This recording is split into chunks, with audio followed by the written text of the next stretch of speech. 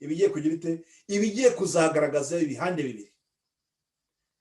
bibiri bizagaragara, hagiye kugira umwanya wo gukura n'umwanya wo kwera imbuto. Ibyo tuzagira n'umwanya wo kubibona. Aho noneho ngo icyo Imana ikora ni uko noneho ubwo butumwa igihe kiragera ikaza noneho ikazana ikindi kimenyetso cy'ubwo butumwa bwa marayika wa kabiri, nayo ariyo ibuhagurukije. Noneho icyo kimenyetso gitanze ni cya gihe nanone ba bandi bari baramenye bwa butumwa bwa marayika wa mbere bakaba kuko bagumye gushikama, bagumye kugenda batera intambwe, bari kugenda bajya muri nzira yo kwezwa, ngo kiriya gihe noneho ni cya gihe baba bagize bate imbuto, kuko ziba zitangiye kugaragara. Izo mbuto ziba zigaragara. Noneho muri icyo imbuto zigaragara ni hahandi nanone haba hari ikintu kigaragarira abandi, hakaba hari cya gihe ivugurura koko rigaragara, haba hari umucyo w'ubugorozi uri kugenda uba abera ibihamya n'abandi bari hirya hino.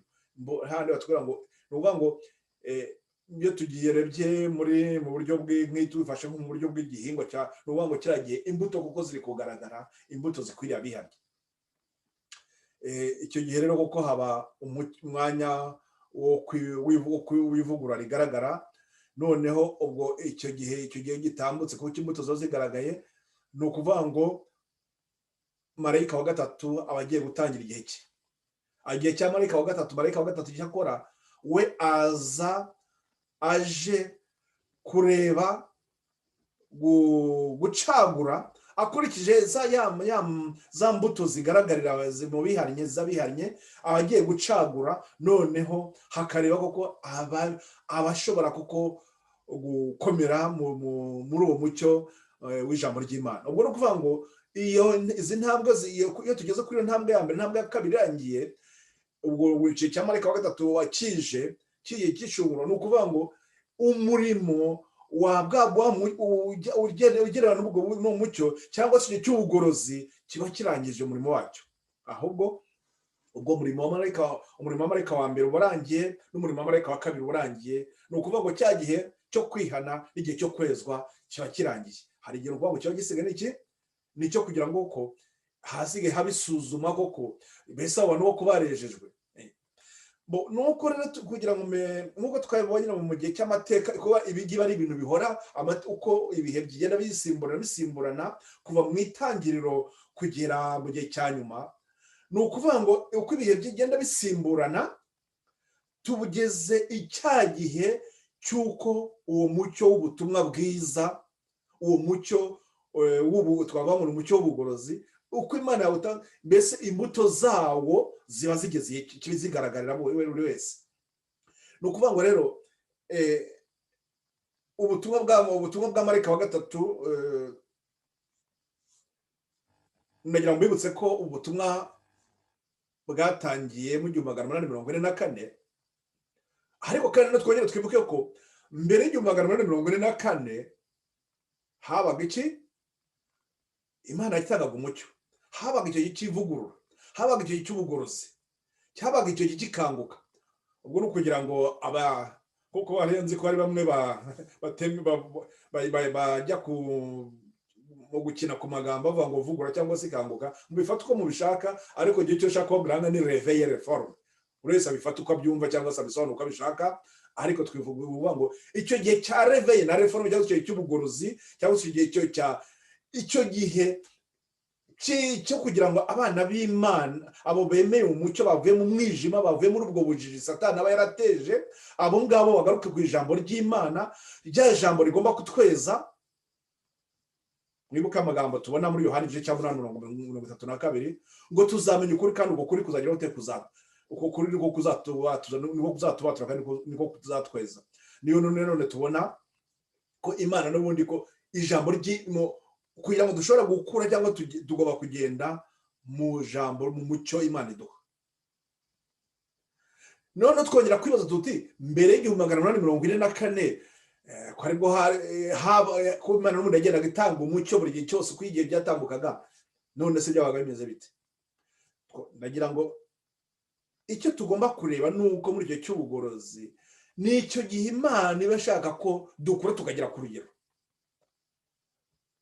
iyo abantu baga bamaze kugera ku rugero n'ubundi abo ngabo nibo baga bagomba gushikama mu ijambo ry'Imana muri ubu mucyo, kandi abo ngabo nanone niyo twakwita ngo abatwara mucyo. Abo ngabo nibo nanone twavuga ko baba bagiye guhagararira uko kuri hagati y'abarwanya ijambo ry'Imana b'abapagani.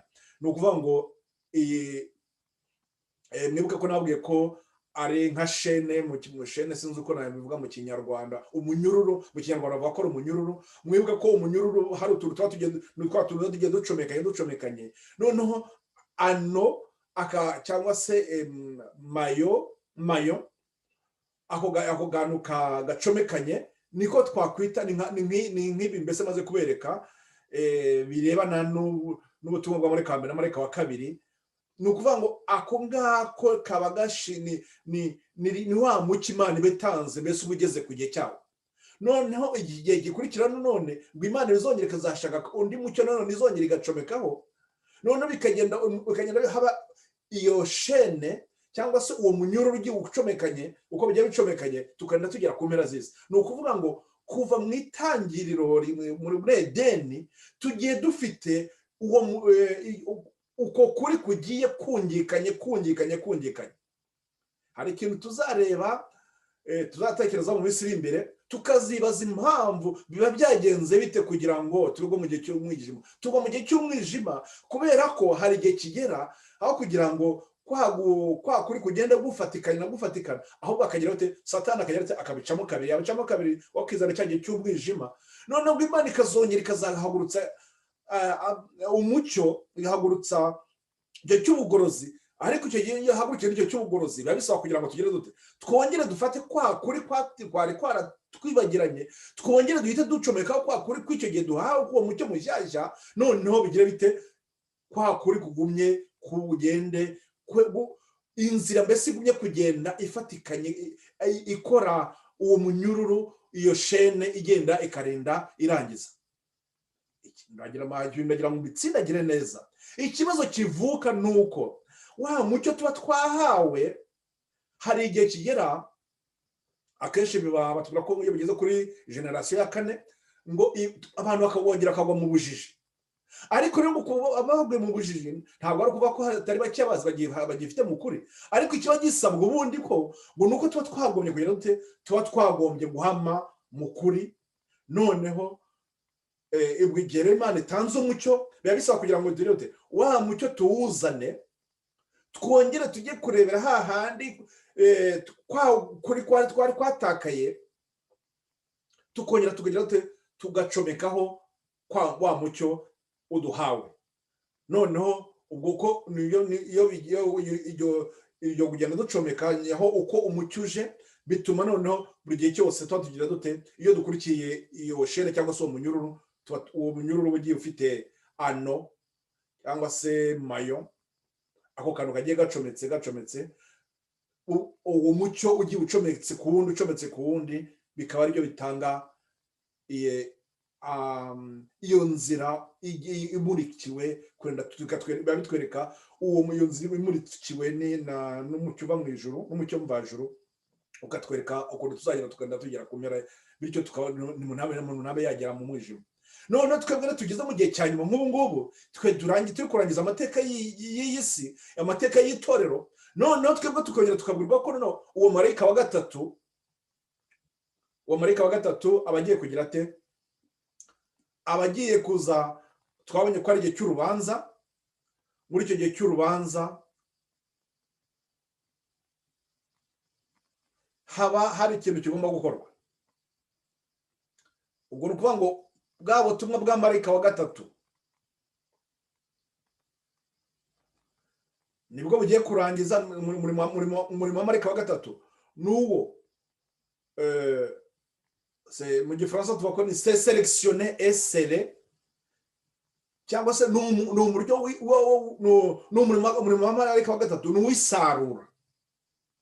Twabifata neza ko kwisarura, nk'uko nabwiye ko umurimo wa marayika wa kabiri urangiye, imbuto ziba zigaragara, mbese umuntu tuba tumaze kugera ku rugero rw'uko dushobora kubisarura.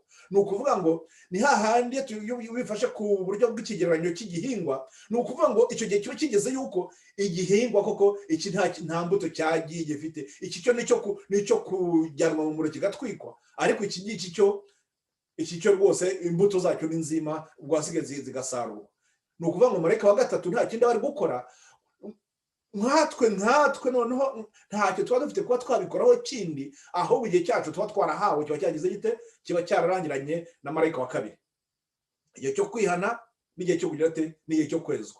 ubwo noneho marayika wa gatatu we icyo gihe cy'isarura, cyo gutegura isarura, cyo kureba abazajya mu bubiko bw'Imana nyabwo, icyo gihe nibyo umurimo wa marayika wa gatatu. ariko umurimo wa marayika wa gatatu noneho ukaba ugomba kugira ute nanone, ukaba uba ugomba kuzatwereka igihe cya nyuma, nicyo twita igihe kirangira ry'imbabazi, la fin du temps de grâce.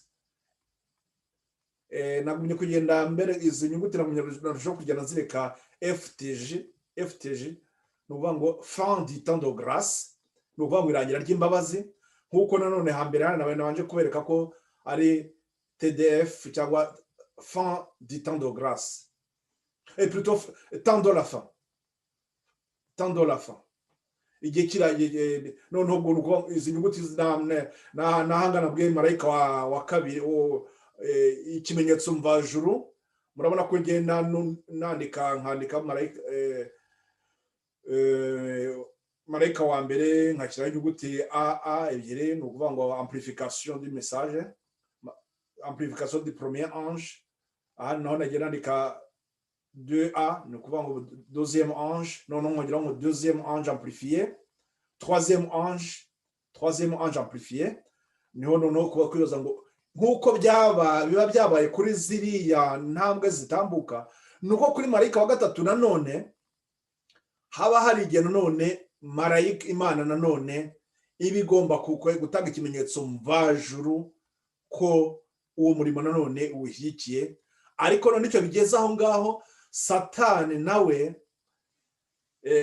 impamvu kubitureba twebwe ko turi kurangiza umurimo wa nyuma, nuko mwibuke ko aha turi ku gihe cy'itorero rya nyuma, rya torero bita Lawodikiya, rya torero ridafite icyo rishimirwa, rya torero risabwa iki? Rirasabwa kwihana. niba risabwa kwihana, niba tureba neza muri izi ntambwe turi kubona, ni ukuvuga ngo riri gusabwa iki? Kujya gusubira kuri ya ntambwe ya mbere ya marayika wa mbere, none rikazagira umwanya wo kwakira Kristo, kuko nyabyo kwihana kwa kurangiye, ahasigaye rikagira umwanya wo kwezwa. nizo mpamvu tuzayibona nitwiga ubutumwa bwa marayika batatu.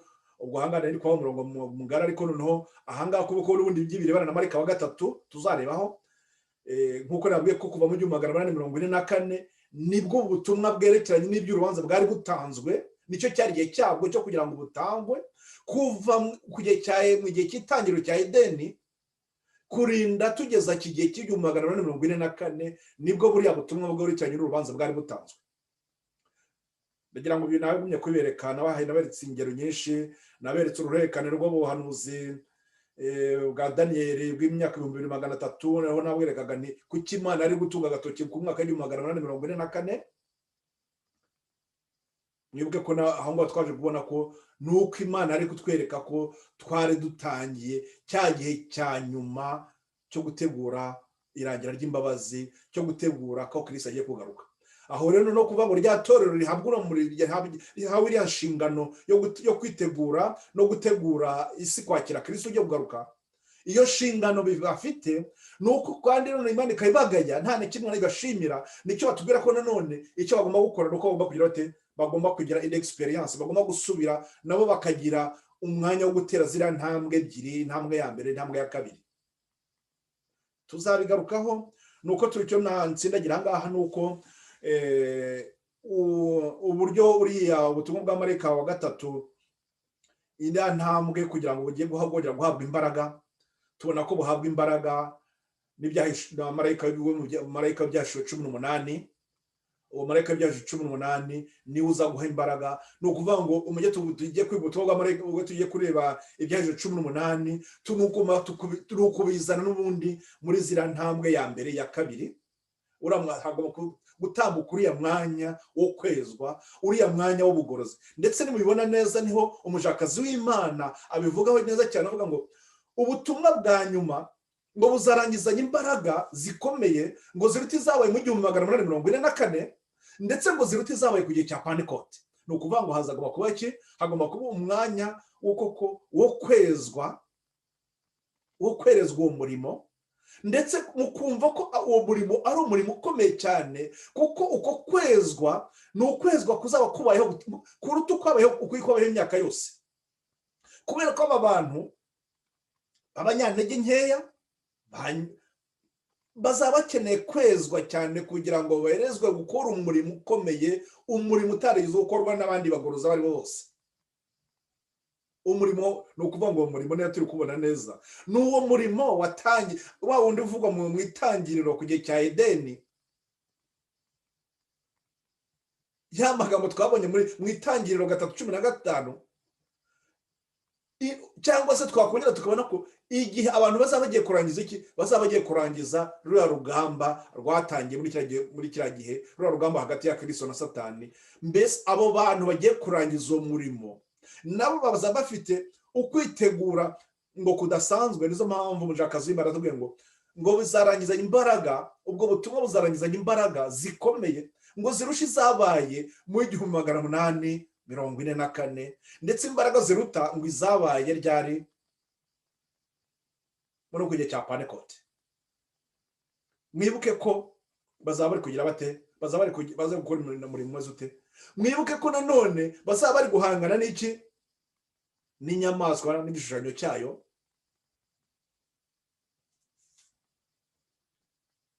Inyamaswa, iyo tuvuze ku nyamaswa n'igishushanyo cyayo, ubwo abayishe bamaze kubisobanukirwa neza, bijya tubona ibyahishuwe 13. Ibyo byahishuwe 13 tukongera tukabihuza nanone n'uriya muburo nyine wa marayika wa gatatu utubwira ngo utuburira kutakira ikimenyetso cy'inyamaswa n'igishushanyo cyayo. Nubwo ntari nagera ku kigo ntabwo nakigera ngo tuzajye kiga gutyo, ariko hari na bene data n'abagumye kugenda bigiye batubwira ibyerekeye n'ikimenyetso cy'inyamaswa. Ndetse hari ikigwa naboherereje cy'umwene data Alain Mucyo yatanze ejo, ikigwa cyiza rwose kitwereka neza amateka y'isi aho tugeze uyu munsi, ariko twereka neza ukuntu ibi ngibi turi kubona bya politike ziri kuba hirya hino, ukuntu ibi byabaye muri Amerika ejo bundi, nabyo bifite ikindi bitubwira. Ndetse hari twebwe tumaze nk'imyaka irenga 4 twari twize kwiga ikigwa kitubwira bya 45e president, ari we uriya perezida 45 ari we Trump, ko ari we watwerekaga ko ari ryo rangira rya Amerika. Ndagira ngo niyo tubireba neza, ntabwo ari irangira rya Amerika kuvuga ngo Amerika igiye guhanagurika ku isi hoya, cyangwa se ngo ntabwo uzongera kugira abandi ba president ngo 47 cyangwa se na 47, ntabwo aribyo turi kuvuga. Ahubwo nuko Amerika nk'igihugu cyari gihagaze ku mahame shingiro y'umudendezo mu bw'iyobokamana, wa mudendezo twabonye kuva mu 1798, 1798, aho mu gihe cy'umudendezo kikaba kiri kurangira, ubu tukaba tugiye kugira dute, tukaba noneho tugeze muri kiriye nyine cyuko tugiye guhangana n'inyamaswa n'igishushanyo cyayo. Tuzabigarukaho tubyimbitse mu bihe biri imbere, ndeka ne kugigumya kujya hirya cyane, ahubwo nagira ngo mbereke gusa yuko aba bantu ngo nanone bari kurangwa igihe kirangira, nukuvuga ngo bafite iki? Ndongera nyitsindagira icyo kintu, hari ikintu dusabwa nanone cyo kongera kugaruka mu kumva ngo umucyo. Mbese nuwuhe mucyo Imana itanga werekeranye n'ibyaje 18? ni uwuhe mucyo imana itanga. Mwibuke ko imana ubutumwa bwose, imbago zose imana igenda iduha ziri hehe? Tuzibona, nabwiye ko ibimenyetso dusanga ku nzira turi kugendaho turibona muri Daniyeli. Ahangaha ndagira ngo tuzabireba tumuhere imbere, nuko hari umucyo imana itanga mu gihe cya nyuma, iduha ubutumwa bwa Daniyeli igice cya 11 umurongo wa 40 kugera kwa 45, iyo 50 yonyine gusa, mirongo itandatu, iyo mirongo yonyine gusa, iyo mirongo ya nyuma ni umucyo wundi nanone imana yatanze, iri kugira ngo twereke ko igihe twageze muri cya gihe cya nyuma. Icyo gihe cya nyuma ubwo tuzagira umwanya wo kuzabyiga mu buryo bwimbitse kugira ngo tubisobanukirwe. Nuko ubwo mu mucyo wa Daniyeli igice cya 11 umurongo wa 40 kugera ku 45, abenshi nzi ko ibyo bintu batagize bisobanukirwa, ko batarabisobanukiwe, usanga nabwo haba ikibazo cy'uko abenshi badasobanura, bahuzagurika ku cyerekeranye n'ubutumwa bwa marayika wundi cyangwa ibyahishwe 18, ariwo nanone uba uri kutubwira ibyerekeranye na uri kutwereka ari umuburo wanyu muri gutangwa. Abenshi icyo kibazo cyagumye kugera kivuka, bigatuma abenshi badasobanukirwa n'umucyo Imana iri gutanga hari ahantu. Ndagira ngo mbabwire yuko byaba ninabwira ko Satani ngo aba yahagurutse, icyo kintu Satani ngo yarakirwanyije, ariko ikindi cyo mutuzabona nuko hari ukuri kwibagiranye, kwa kuri Imana yari yaratanze ku butumwa, yari yahaye itorero ryayo irihagurutsa kugira ngo rihe inshingano. Iyo nshingano ryari ryahawe ryo kugira ngo ritware umucyo, rikomeze rimashe kandi rigere ku iherezo. Nuko niho bitubwira ko ngo hagomba kuzaba icyo gihe cyerekana cy'intege nkeya bizahura na Lawodikiya. Muri icyo gihe cya Lawodikiya ni ukuvuga ngo hari ikibazo cyavutse. Niba noneho twibuke niba turukurikirana by'amateka y'itorero, ukuntu amatorero akurikirana, ni uko itorero ribanziriza Lawodikiya ni itorero ryitwa Filadelifiya. Iryo torero ryitwa Filadelifiya ni itorero ryashimwe, ariko nicyo twagombye kwibaza, byagenze bite kugira ngo iryo torero rikora ryari ryarashimwe noneho rigire bite, rigire ubwo noneho naryo noneho rize kugira ubwo noneho Imana iriho umugayo. Byagenze bite kugira ngo icyo abantu bari barashimwe, bari muri Imana yabahaye rwose yarabishimye cyane, noneho bagira bacya bagwe, noneho bagwe mu gihe cyitwa Lawodikiya, icyo gihe cyangwa cy'akazuyaze. Icyo gihe babandi bikira hejuru bavuga ko byose babizi kandi baraba ntacyo bazi, bakavuga ngo n'abakene kandi ari abakene, bakavuga ngo barareba kandi ari impumyi, bakavuga ngo bameze neza kandi ari abatindi bo kubabarirwa. Niko ijambo ry'Imana ritubwira ibyo ubutumwa nibwo bubwirwa Lawodikiya. Icyo kintu cyo birasaba kugira ngo tuzasobanukirwe n'ibyabaye hari ahantu magambo yo aboneka mu nzandiko za kera, ntabwo narebye neza kuri page yaho mu Kinyarwanda, ariko mu bafite igitabo mu Gifaransa muzari muri Premiers Écrits kuri page yaho 42 kugira 40 ndetse na 4, niho batubwira ngo ibyo